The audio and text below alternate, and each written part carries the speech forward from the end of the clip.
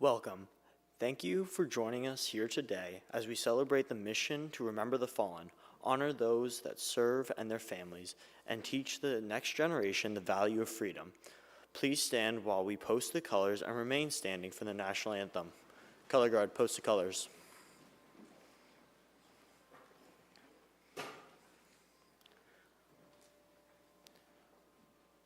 Please join me in a moment of silence to remember the fallen, prisoners of war, those missing in action, and to honor those who have served and are serving this great nation's armed forces.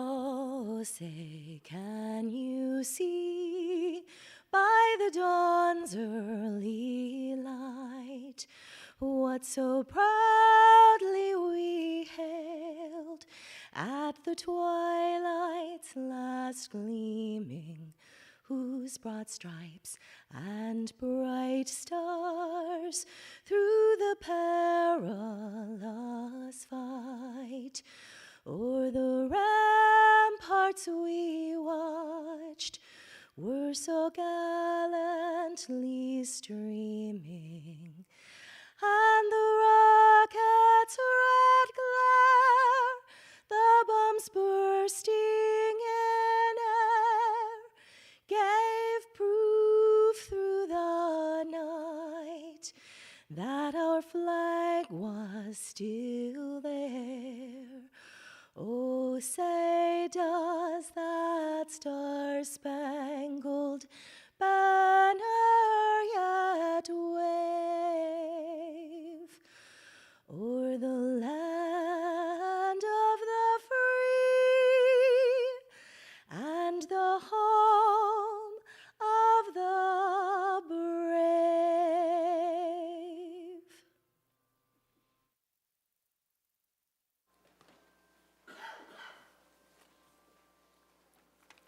Let us pray.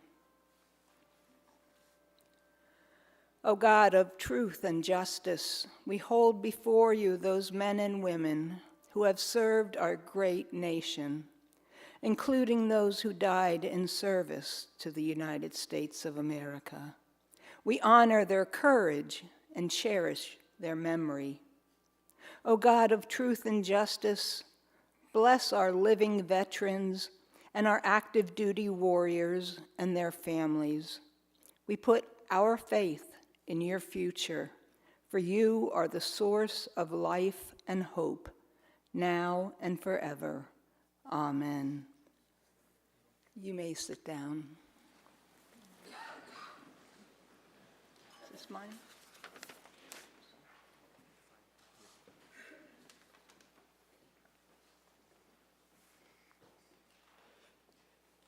Thank you all for joining us here today.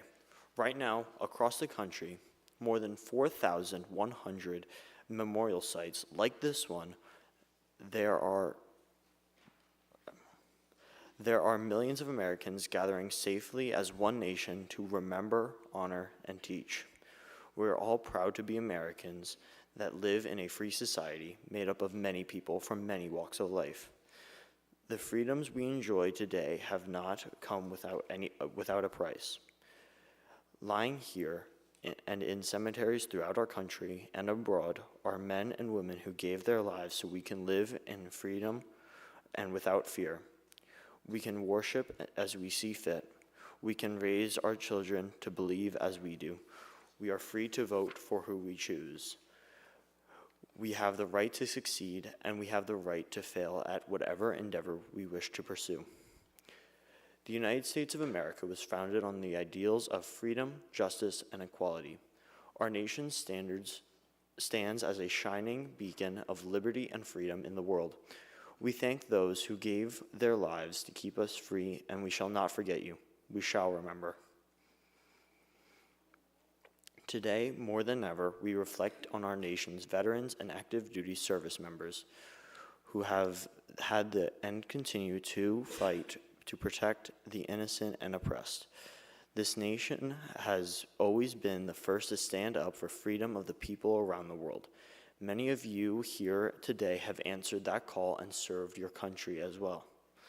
For this, we say thank you, and we are honored to know you.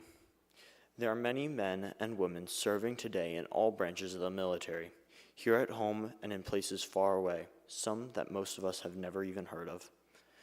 These men and women are part of the best trained, best equipped force in the world. We honor them and their families for the sacrifices they made each day to keep our country safe from terrorism, hatred, and injustice. Quoting our 40th United States President, Ronald Reagan, "Freedom is never more than one generation away from extinction. We didn't pass it on to our children in the bloodstream. It must be fought for, protected, and handed on for them to do the same. Or one day we will spend our sunset years telling our children and our children's children what it was once like to live in the United States of America where it was free." Today we show a united front of gratitude and respect across the United States of America as we remember the fallen, honor those who serve and their families, and teach the next generation the values of the freedom.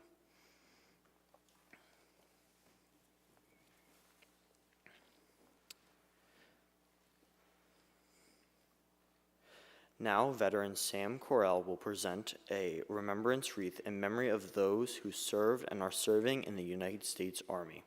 Sam was a sergeant in the 60th Ordnance Company, serving 1 year in Vietnam and another in Germany. He was a convoy and tank driver, heavy equipment operator, serving the infantry during this time of service.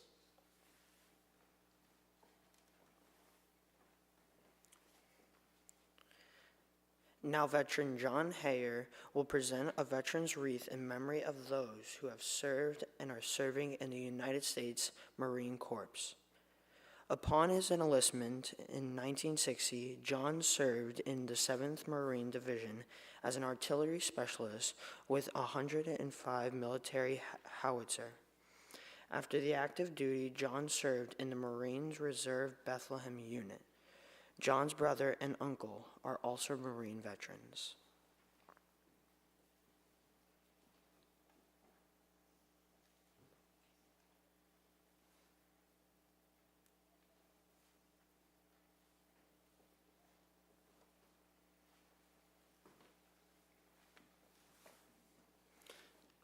Now, Ann Royer will present a veteran's wreath in memory of those who served and are serving in the United States Navy.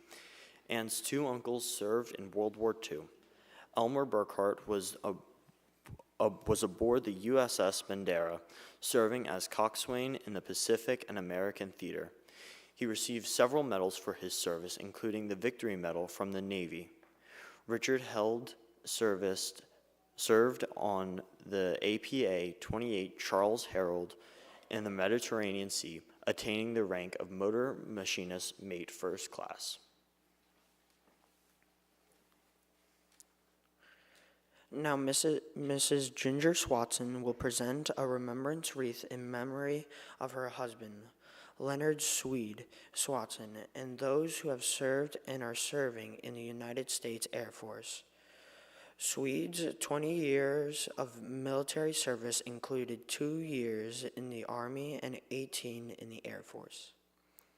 He served in Vietnam for 2 years, was based in 4 different U.S. states, Puerto Rico and Guam, mostly at SAC bases but also in tactical air command. Swedes received the Bronze Star for his heroism.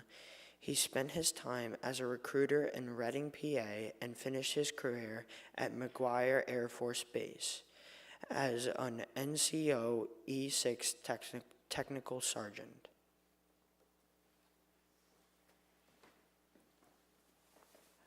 Now veteran Roger Sinclair. No, wait, sorry. Now veteran Claire Boatman will present a veteran's wreath in memory of those who served and are serving in the United States Coast Guard. Claire entered the active Army duty in April 1943 and served through January 1946. After earning his wings as a paratrooper in October 1944, he was assigned to the 188th Parachute Infantry Regiment of the 11th Airborne Division in the Pacific Theater. His service included military campaigns in New Guinea, the Philippines, and Okinawa. In 1945, Sergeant Bowman and the 11th Airborne Division were some of the first U.S. troops to occupy and demilitarize Japan after the atomic bomb was dropped in August 1945. Claire will celebrate his 100th birthday next April and is the oldest veteran in Jordan's congregation.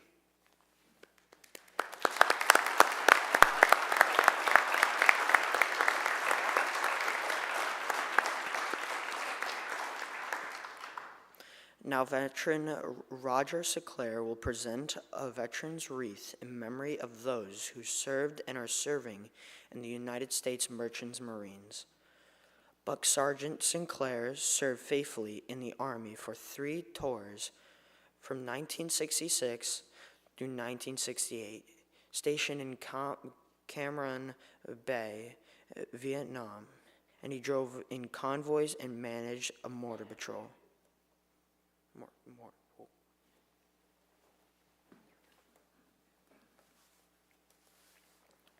Now, Pennsylvania State Representative Zach Mako will present a veteran's wreath in honor of those who are serving in the United States Space Air Force. Representative Mako joined the Pennsylvania National Guard in January 2008. He was deployed to Afghanistan in December 2012 for 9 months as a Chinook helicopter pilot supporting Operation Enduring Freedom. In 2016, he was selected to be an advisor to Estonia's top military officials. 3 years later, he was deployed to the Middle East to service as part of Operation Freedom Centennial, where he joined more than 50 Army National Guard soldiers. He returned home in summer of 2020. Now veteran Lucis Gross will present a remembrance wreath in honor of the 93,129 U.S. States servicemen from all branches of our military whose last known status was either prisoner of war or missing in action. These individuals have never returned to their families and homes. We shall not forget you. Master Sergeant Gross enlisted in the Pennsylvania Army National Guard in September 1981, training on weekends and in summer camps. In 1995, she became full-time soldier with the National Guard, holding various administrative NCO positions. Master Sergeant Gross was deployed to Bagram, Afghanistan to support Operations Enduring Freedom in 2003, serving there for 13 months. Upon return to the U.S., she continued her service until retiring in February 2015 with 33 years of military service.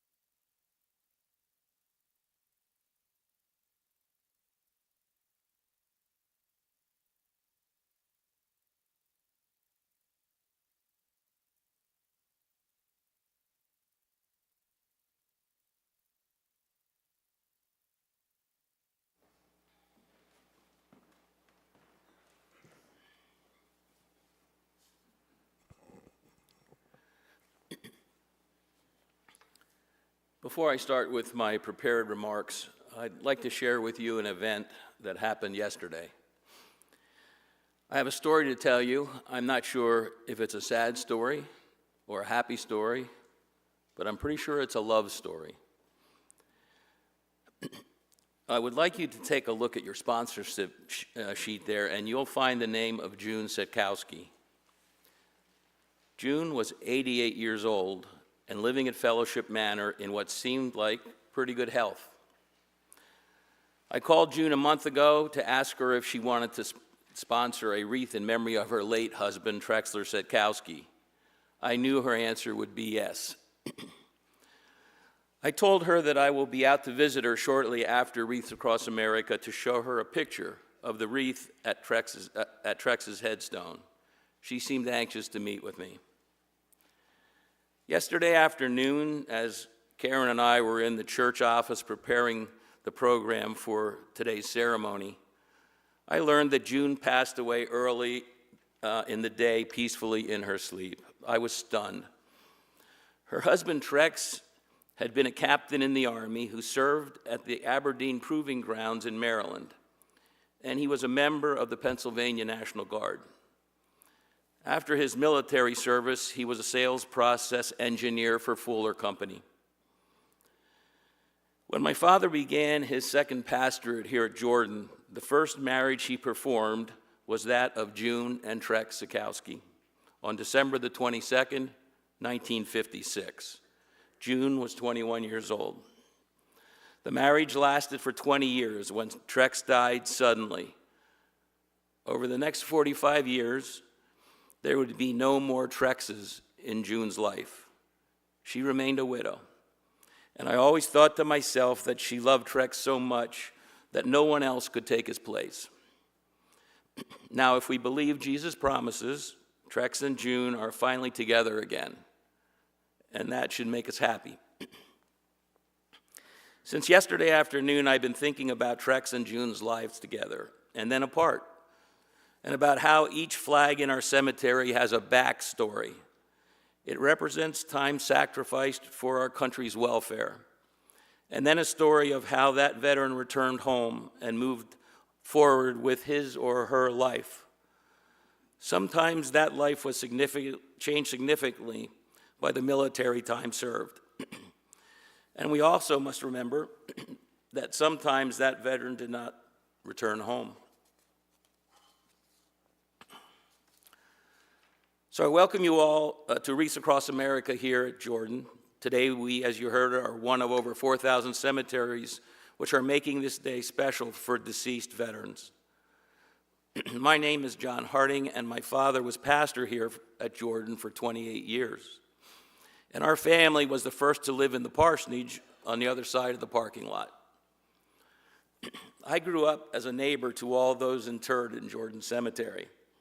I can certainly say that I noticed the United States flag there at the graves, but as a child and even as a young adult, I never tried to understand what those flags stood for. When I graduated from Moravian College in 1971, I enlisted in the Army National Guard. The Vietnam conflict was raging, though not at the level it had been during my college years. I was flown to Fort Knox for basic training and followed up with advanced infantry training to become a tank crewman. The first night in Fort Knox, July 22nd, 1971, I slept in a receiving barracks for new trainees. As I lay in that bunk, I wondered how many boys slept in that same bed before me, and how many of them had given their lives in the conflict in Southeast Asia. Sobering thoughts, indeed, at least for me. The flags on Jordan Cemetery took a new meaning. One of my roles in preparing for this day is to call those who have a friend or family member who is a veteran interred in Jordan Cemetery, or sometimes in another cemetery elsewhere. I urge them to consider sponsoring a wreath in memory of a veteran who has passed, or in honor of a veteran who served or currently serves.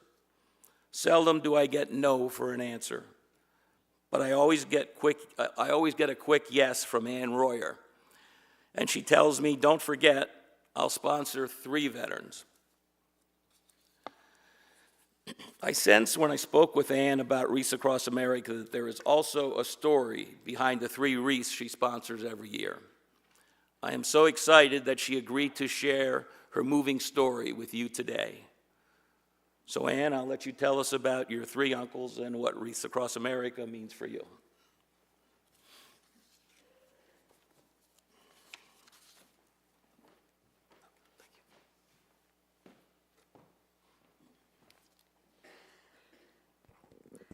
Good afternoon.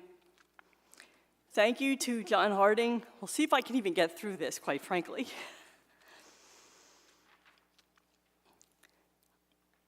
Thank you to John Harding and Cindy Hain for the opportunity to talk about my uncles.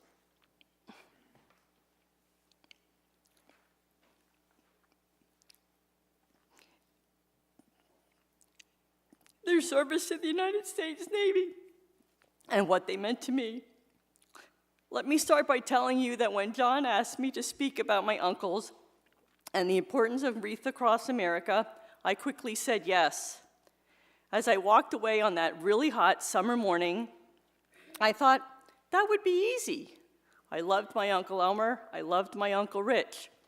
I could easily talk about the way they impacted my life and that of my sisters. The more I thought about my quick yes reply, the more I questioned it. And for those of you who know me, yes is usually my answer when asked to help with something. The doubt was because as much as I know about my uncles as influencers before it was important and fancy, and supporters, I knew little to nothing about their time in the service.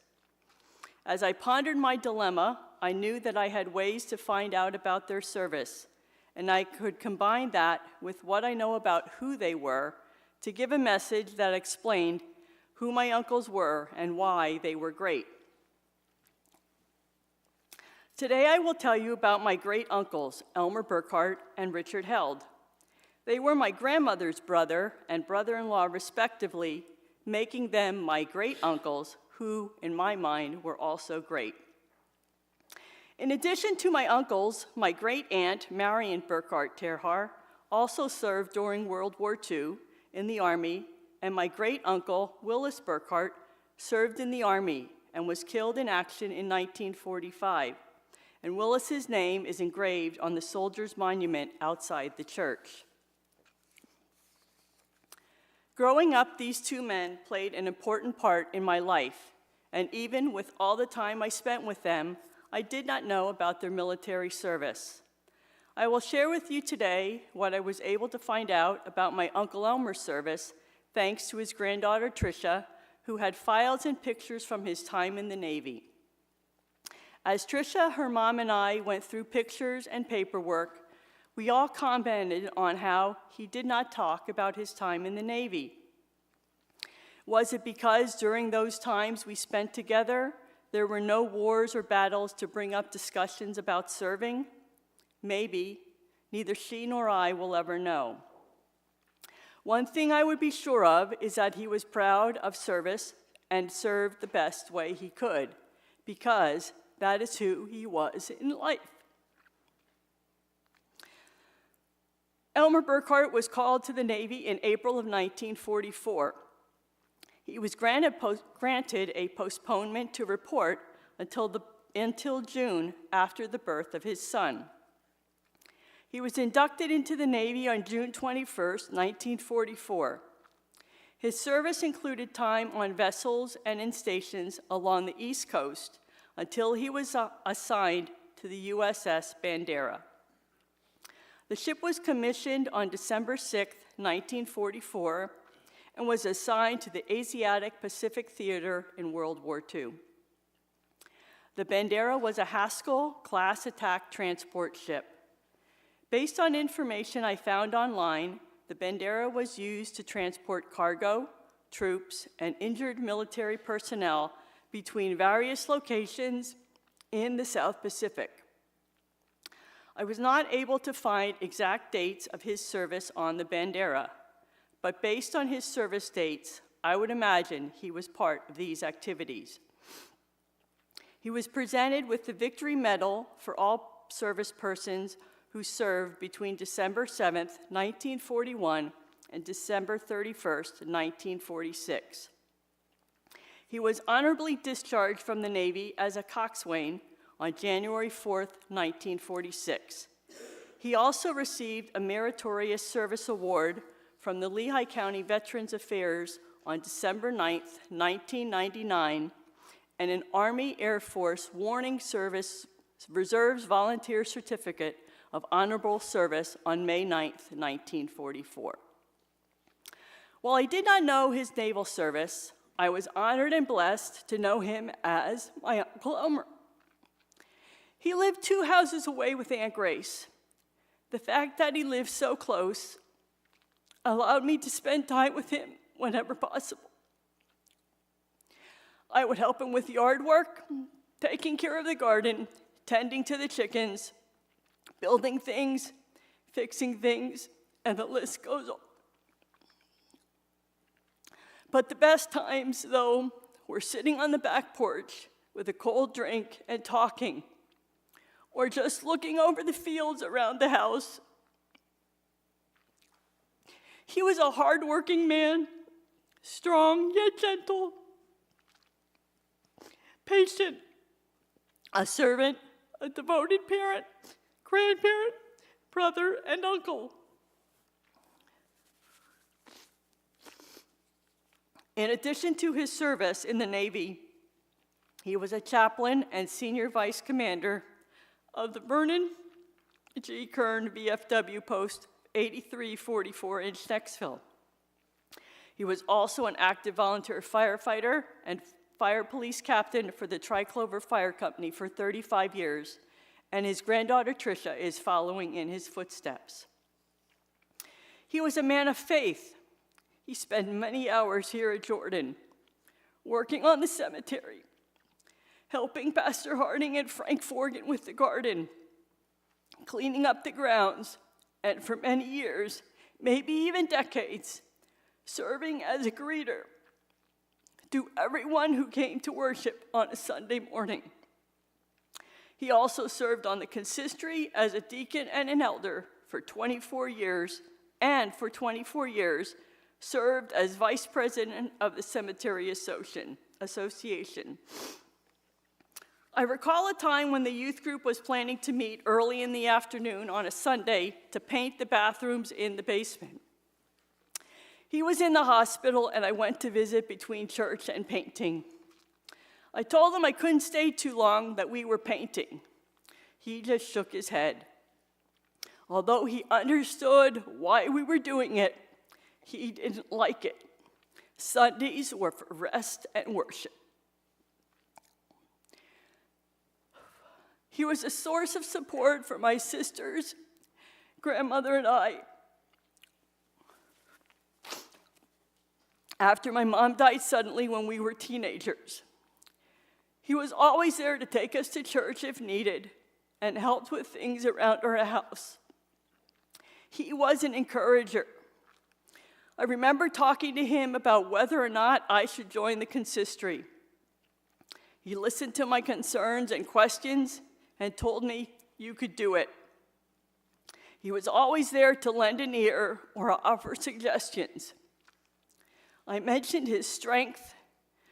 Later in his life, he endured multiple hip replacement surgeries that considerably slowed him down, but didn't stop him. Despite his strength, I remember sitting with him on a bench at his house, and he told me he needed open heart surgery and that he was scared.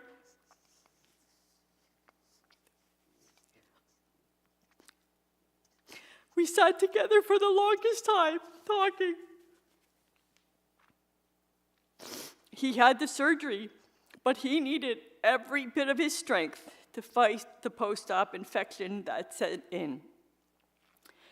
And we all did our best to support him and give him encouraging words during his recovery. Now, I mentioned his patience. While my Aunt Grace was a wonderful lady, she could be a tough cookie. Those of you who knew her are shaking your heads.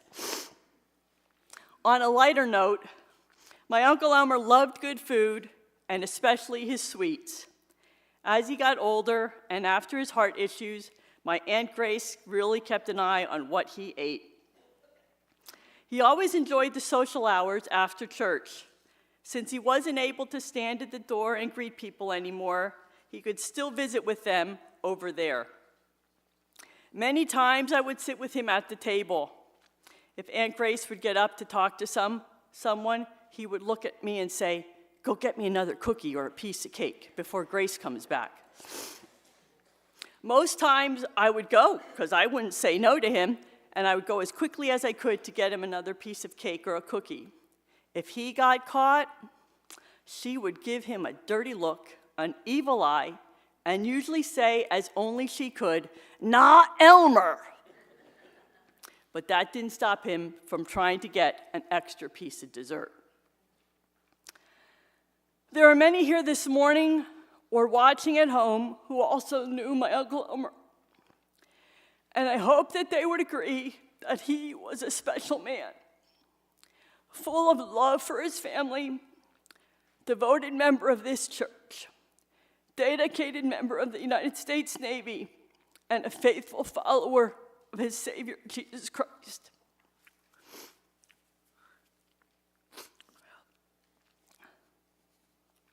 I mentioned needing help getting information on the military service for my uncles, and Uncle Rich was nothing different. So I went to my niece, Molly. She had done a report on him for a high school project, and luckily her mom had access to the report because she is currently serving in the Peace Corps out of the country. She spent an afternoon with him asking questions about his time in the Navy, and I will share with you what she learned about his service and what it meant to him. It's a question and answer kind of continuation. She asked him when and where you were drafted, and he answered, "I dropped out of high school at 17 and enlisted in the Navy. I didn't want to be drafted into the Army like my brothers, one of which was killed in the Battle of the Bulge." "Where did you serve?" He served on the APA 28 Charles Herald. His ship was in service in Scoleto and Salerno, Italy, southern France, and Anzio. "What was your job?" He was a motor machinist's mate. "What does a motor machinist's mate do?" He was a diesel engineer on a boat. A quote from him, "I was the one who kept all the ships running, and let me just say, my ship never broke down." He also trained soldiers how to get off the boat quickly and correctly. "What were your thoughts on going into war?" He answered, and I quote, "No time to think. I was always training soldiers." The generals would say, "Just train your soldiers and protect their backs." He also commented that at 17, 18, and 19, you had to have no fear, and he was happy to be there helping and protecting his country. "What were the major battles you fought in, and describe them?" He answered, "The Battle of Salerno. It occurred in September 1943. He said it was the bloodiest battle he ever saw. The U.S. lost a whole division of soldiers. It was a major loss for the U.S. Army, but he landed his troops safely." "What impact did the atmosphere of World War II have on you once you returned home?" He replied that many soldiers came home with mental illness, but he did not deal with this. He learned more life lessons, and to quote him, "It was way better than high school. Nothing they could have taught me could compare to what I learned overseas." Additional comments he made that I found from his interview, and I quote, "I wanted to serve and protect my country. No offense, I wanted to come home. And one final quote. Although it was a sad time, World War II was the best experience of my life. I wouldn't do anything to change it because I wouldn't be talking to you about it right now. He had a special place in his heart for my niece Molly, and she has one for him.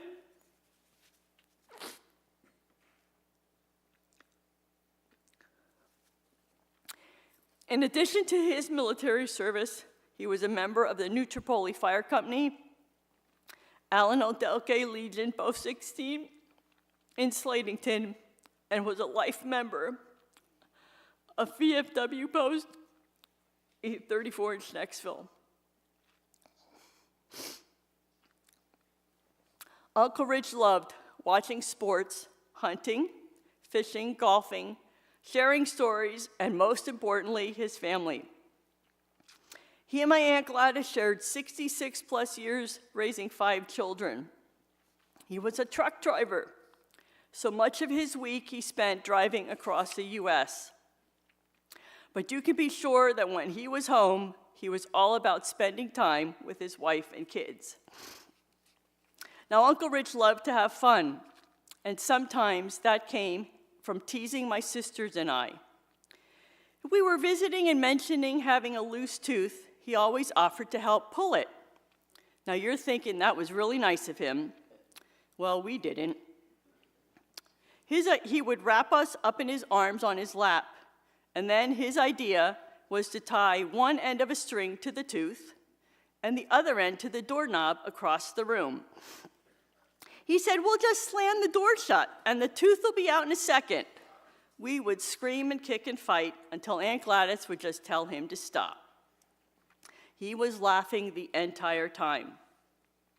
Now, I'm not sure if he ever actually tried the idea on his sons and daughters or granddaughters, and I think they're all watching, so let me know if he did, but I'm positive he never did it to my sisters and I. Becoming a grandfather was one of his greatest joys in life. He became a world-class cheerleader and encourager. From field hockey games to track meets and everything in between. If his granddaughters were involved, he was there. Uncle Rich became grandpa to my sisters, nieces, and nephews and I also. He loved that we called him that, and he would call us all his kids. Excuse me. His devotion to my Aunt Gladys was inspiring. She had many health issues later in life, and he took care of her as long as he could. Moving her to an assisted living facility was difficult for him. Thankfully, she was not far from their home in New Tripoli. He would spend all day with her, talking to her, helping her eat, holding her hand, and just sitting with her.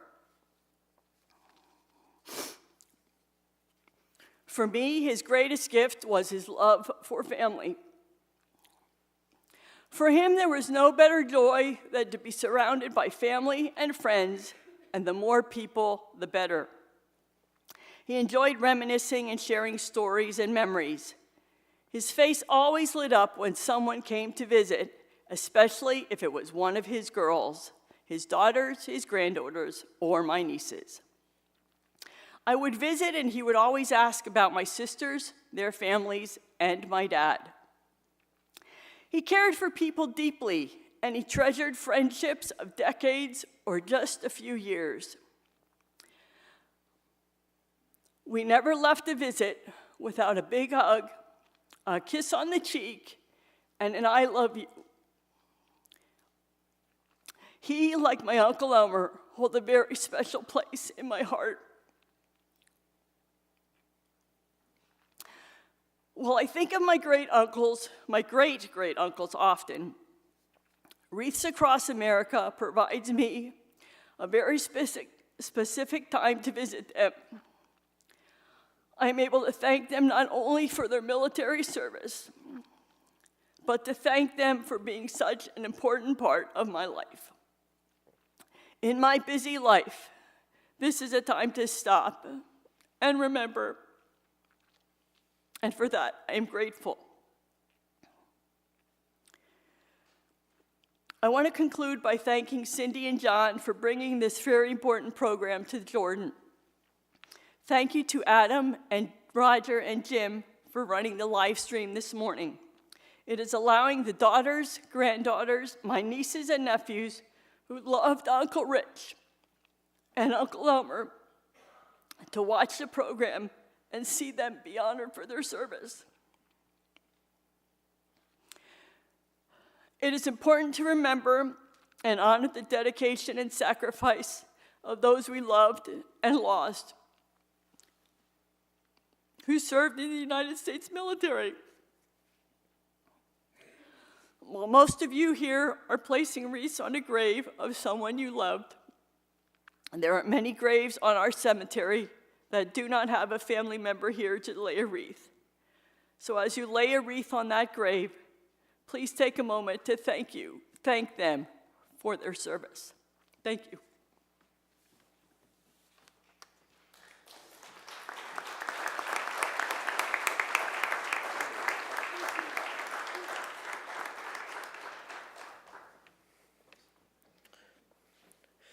We encourage every volunteer who places a wreath on a veteran's grave today to speak that veteran's name aloud and take a moment to thank them for their service to our country. It's a small act that keeps the memory of our veterans alive. Remember, we are not here today to decorate veterans' graves. We are not here to remember their deaths, but their lives. Each wreath is a gift of appreciation from a grateful America. These live wreaths symbolize our honors to who have served and who are serving in the armed forces of our great nation, and to their families who make sacrifices every day on our behalf. To our children, we want you to understand the freedoms you enjoy today have not been free, but have come with a price, one that someday you may have to pay yourself. As a nation standing together, we can defeat terrorism, hatred, and injustice. Thanks to our veterans, we have the freedom to do that. Thank you all for joining us today. As we conclude our ceremony, when the colors are retired, we ask that you please leave the sanctuary in reverent silence and continue quietly as you place the wreath at each grave. Please take only one wreath at a time so that everyone has a chance to lay a wreath. You may lay additional wreaths after everyone has participated. All veterans' graves are clearly marked with an American flag. You'll notice that each wreath has a white tag, which you are encouraged to remove and take with you to remember what you did today. Thank you.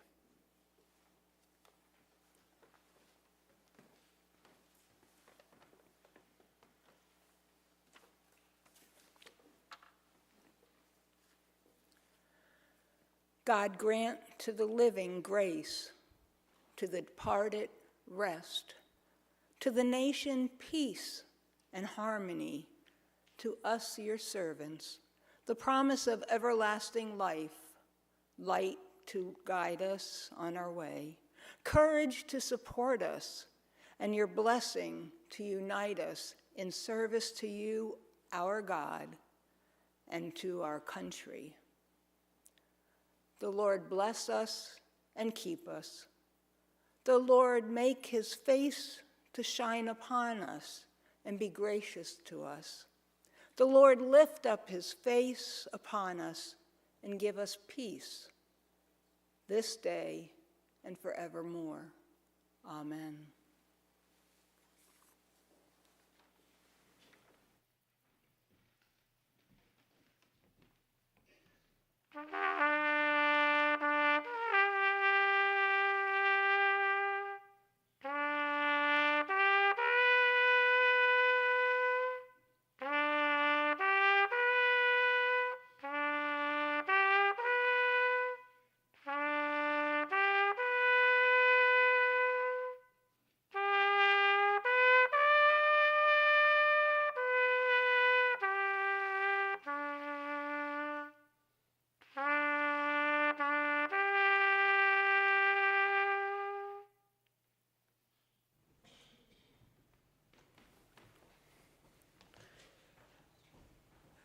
Color guard.